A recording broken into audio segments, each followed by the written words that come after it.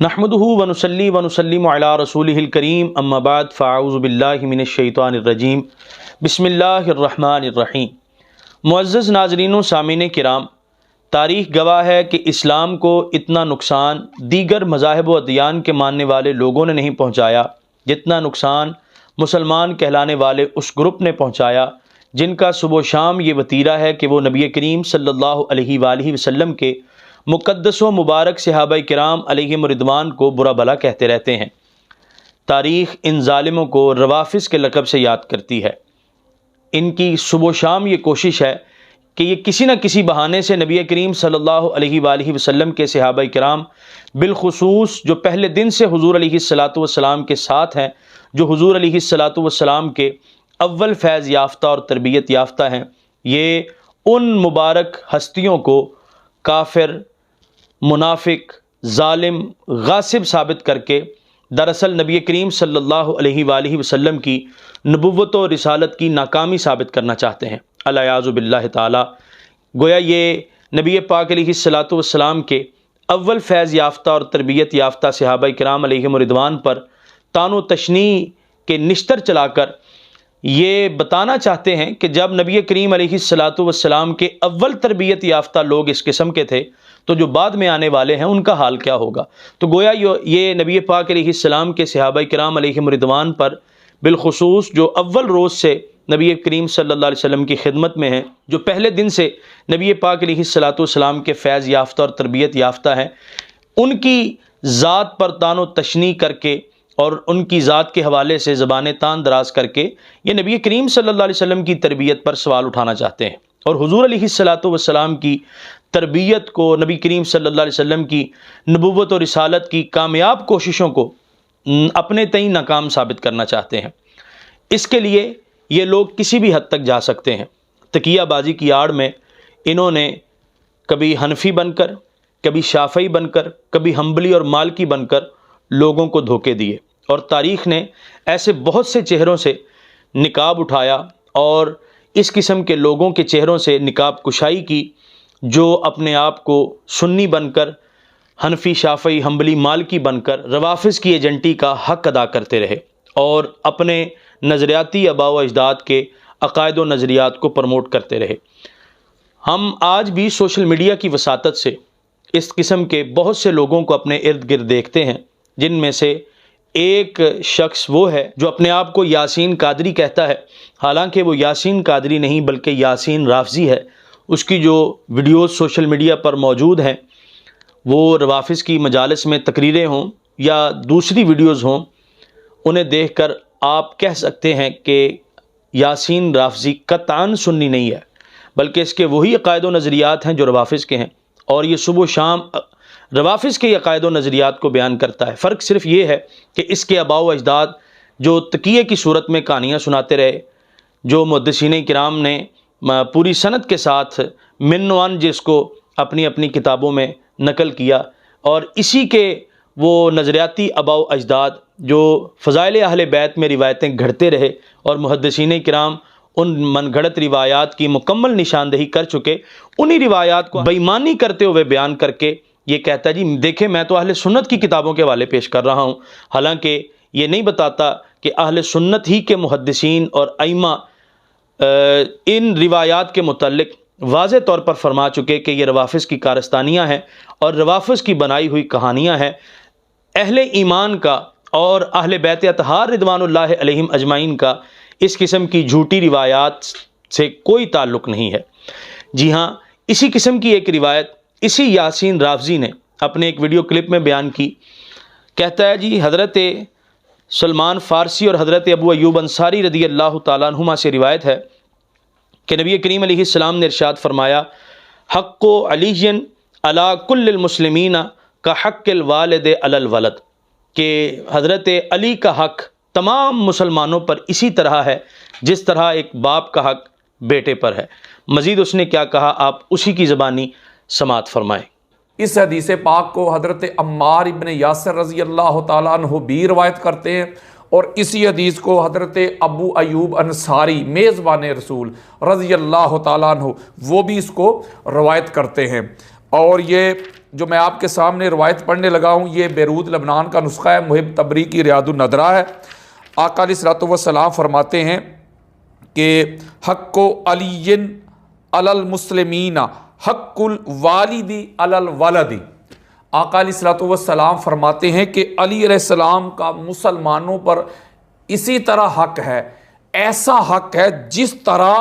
ایک باپ کا حق اس کے بیٹے پر ہوتا ہے۔ یعنی آقا علیہ السلام فرما رہے کہ جتنے بھی مسلمان ہیں کلمہ پڑھنے والے ہیں ان سب پر میرے بھائی علی علیہ السلام کا وہی حق ہے جیسا کہ ایک بیٹے پر اس کے باپ کا حق ہوتا ہے۔ اور یہ حدیث مبارکہ مولا علی علیہ السلام کی کلی فضیلت پر دلالت کرتی ہے۔ اس روایت میں ہاذہ الامہ، اس امت پہ، اس روایت میں مسلمانوں کا ذکر کیا اور اس روایت میں امت کا ذکر کیا، یعنی کہ علی علیہ السلام کا حق میری امت پر ایسا ہے جس طرح کہ ایک باپ کا حق اس کے بیٹے پہ ہوتا ہے۔ اس کا مطلب ہے کہ یہ ساری امت جو ہے، سارے کے سارے حضور علیہ السلام کے صحابہ کرام ہوں، تابعین ہوں، تبع تابعین میں ہوں، اور غوث ہوں، ابدال ہوں، کتب ہوں، صلحاء ہوں، اولیاء ہوں، محدثین ہوں، مفسرین ہوں، مجددین ہوں، مورخین ہوں، جتنے بھی ہیں آقا علیہ الصلوۃ والسلام کے سارے امتی ہیں۔ اور حضور علیہ السلام نے یہ اعلان کر دیا مولا علی علیہ السلام کی عظمت کا، آپ کی افضلیت کا، آپ کے مقام اور مرتبے کا ڈنکا بجا دیا کہ سن لو کہ میری امت پر میرے بھائی علی کا وہی حق ہے جس طرح ایک باپ کا اس کے بیٹے پہ حق ہوتا ہے۔ اور اسی حدیث کو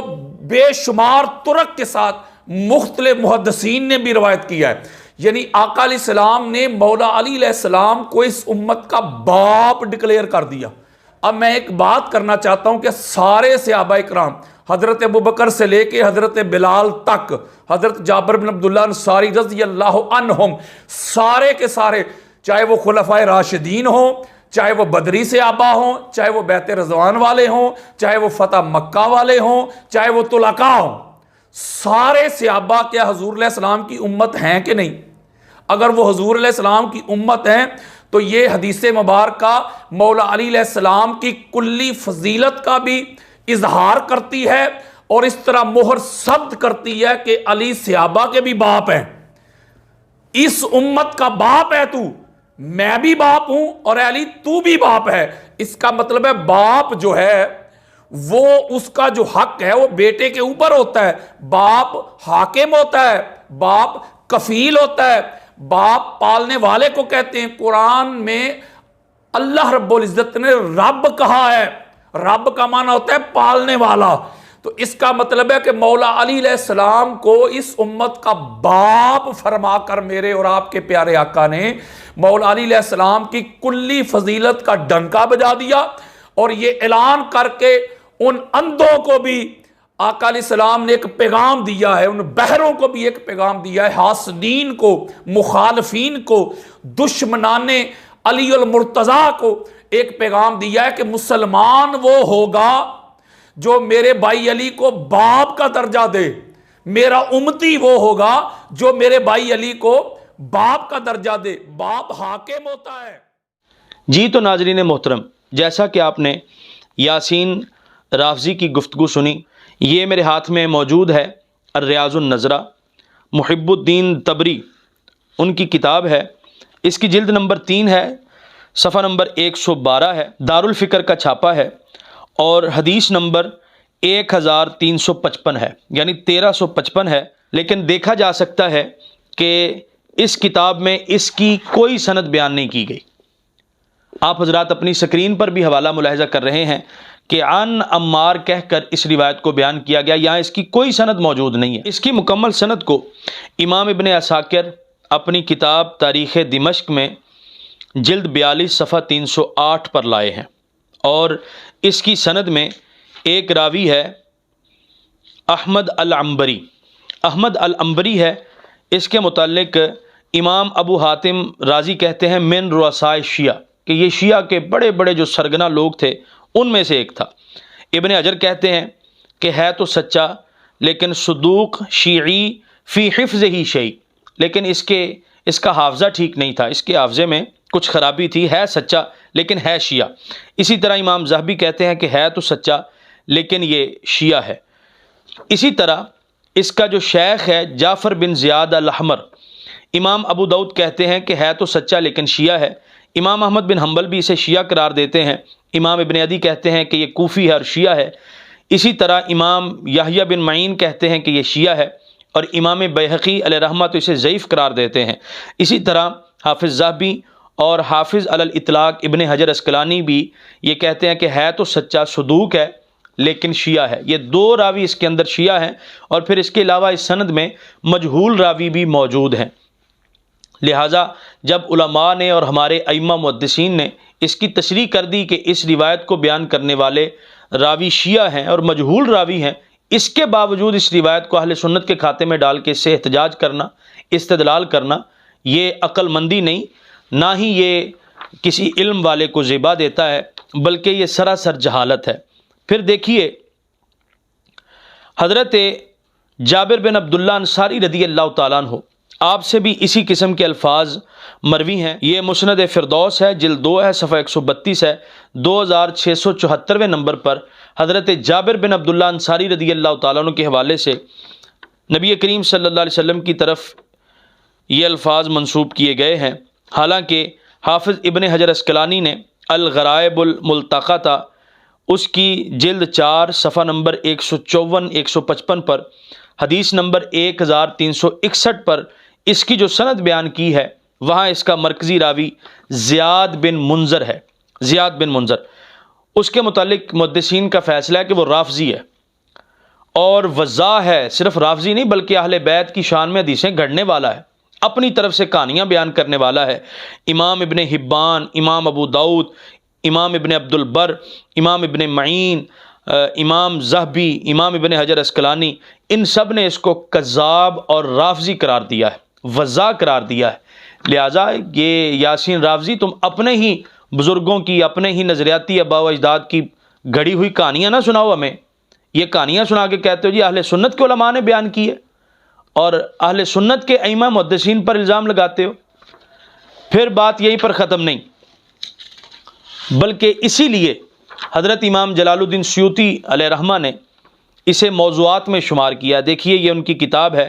الزیادات علی الموضوعات، اس کا صفحہ نمبر 254 ہے، حدیث نمبر 288 ہے۔ یہاں پر امام سیوطی علیہ رحمہ نے اس کے 2 راویوں کو کذاب قرار دیا، قادہ بن رحمہ اور زیاد بن منذر۔ امام سیوطی فرماتے ہیں یہ دونوں کذاب ہیں۔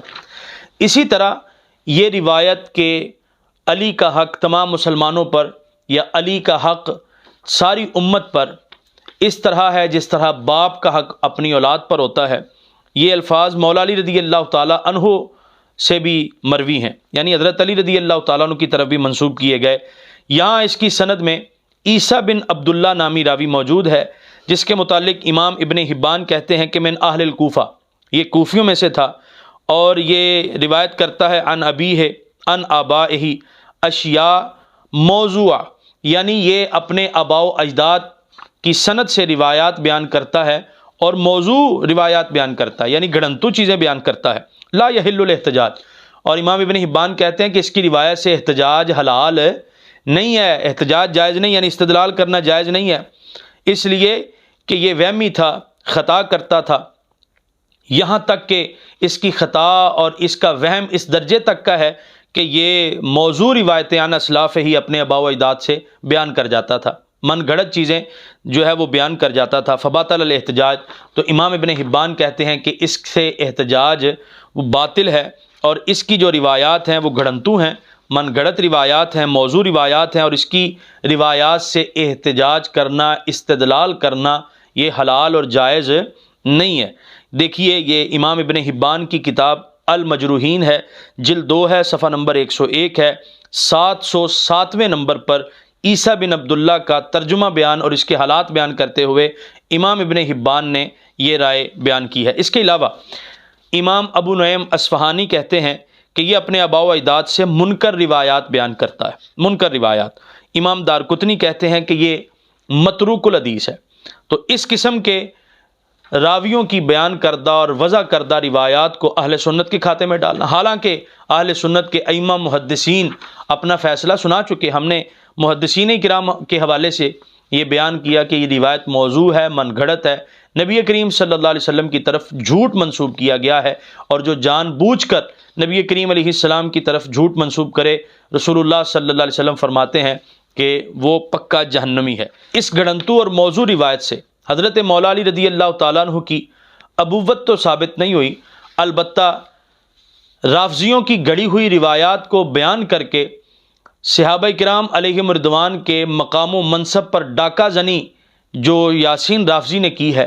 اس سے یہ تو معلوم ہو گیا کہ یاسین رافضی کا اہل سنت کے ساتھ کوئی تعلق نہیں ہے۔ یہ روافض ہی کی گڑی ہوئی روایات کو بیان کرتا ہے، اگرچہ اہل سنت کی کتابوں کے حوالے سے بیان کرتا ہے، لیکن بے ایمانی کرتا ہے اہل سنت کے علماء، محدثین، ائمہ نے جو ان روایات پر، ان موضوع روایات پر جو گرفت فرمائی ہے، اسے چھوڑ جاتا ہے، شیر مادر سمجھ کر ہضم کر جاتا ہے۔ ہم یہ واضح کرتے چلیں کہ اس نے جس مقصد کے لیے یہ روایت بیان کی ہے، اس کا وہ مقصد تو اس روایت سے پورا نہیں ہوا،